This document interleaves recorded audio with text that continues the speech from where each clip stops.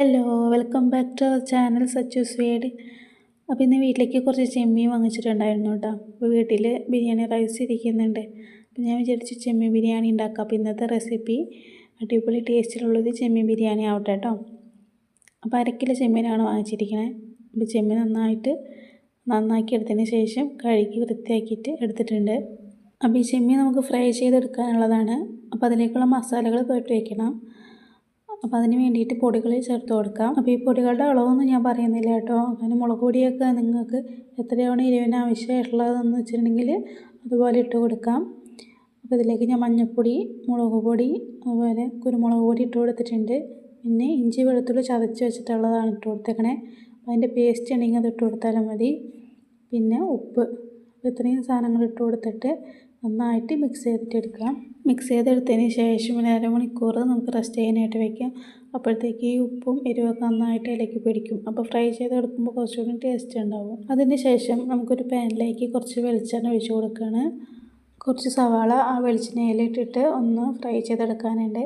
ആ ബിരിയാണിയുടെ മുകളിലായിട്ടൊന്ന് ഡെക്കറേറ്റ് ചെയ്യാൻ വേണ്ടിയിട്ടാണ് കേട്ടോ. അങ്ങനെ സവാളയെല്ലാം വറുത്ത് കോരി എടുത്തിട്ടുണ്ട്. അപ്പോൾ ആ ഒരു വെളിച്ചെണ്ണയിൽ തന്നെയാണ് ചെമ്മീൻ ഫ്രൈ ചെയ്യാനായിട്ട് വെക്കണം കേട്ടോ. അപ്പോൾ അത് വെന്ത് വരുന്ന സമയം കൊണ്ട് തന്നെ കുറച്ച് അണ്ടിപ്പരിപ്പും മുന്തിരിയും നെയ്യിലിട്ടിട്ടൊന്ന് വറുത്ത് കോരി എടുക്കാനുണ്ട്.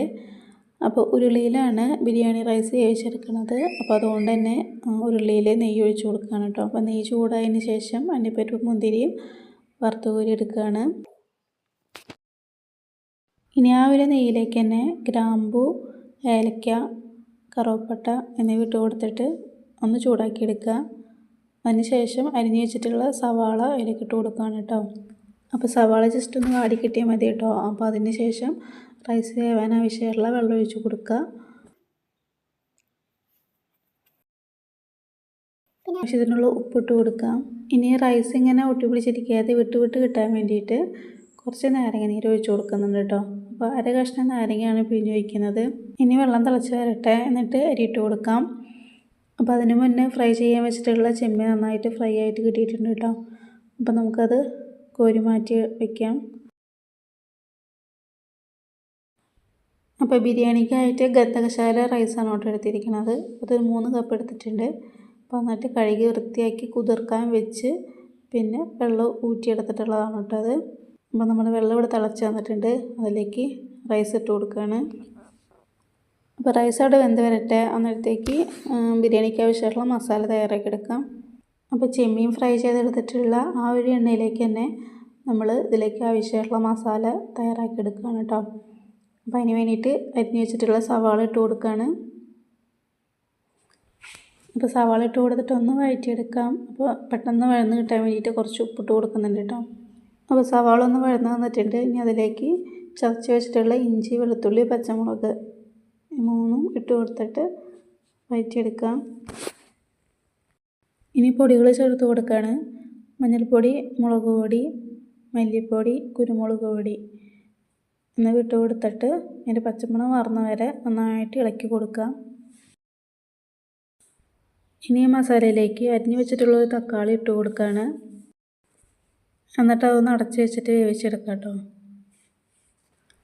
അപ്പോൾ തക്കാളി നന്നായി വെന്ത് വന്നിട്ടുണ്ട് കേട്ടോ. ഇനി അതിലേക്ക് കുറച്ച് കറിവേപ്പില ഇട്ട് കൊടുക്കുകയാണ്. അതുപോലെ മല്ലിയില ചെറുതായിട്ട് അരിഞ്ഞെടുത്തിട്ടുള്ളത് അതും അതിലേക്ക് ഇട്ട് കൊടുത്തിട്ട് നന്നായിട്ട് വഴറ്റിയെടുക്കുക. ഇനി വഴറ്റിയെടുത്ത മസാലയിലേക്ക് ഫ്രൈ ചെയ്ത് വെച്ചിട്ടുള്ള ചെമ്മീൻ ഇട്ട് കൊടുക്കുക.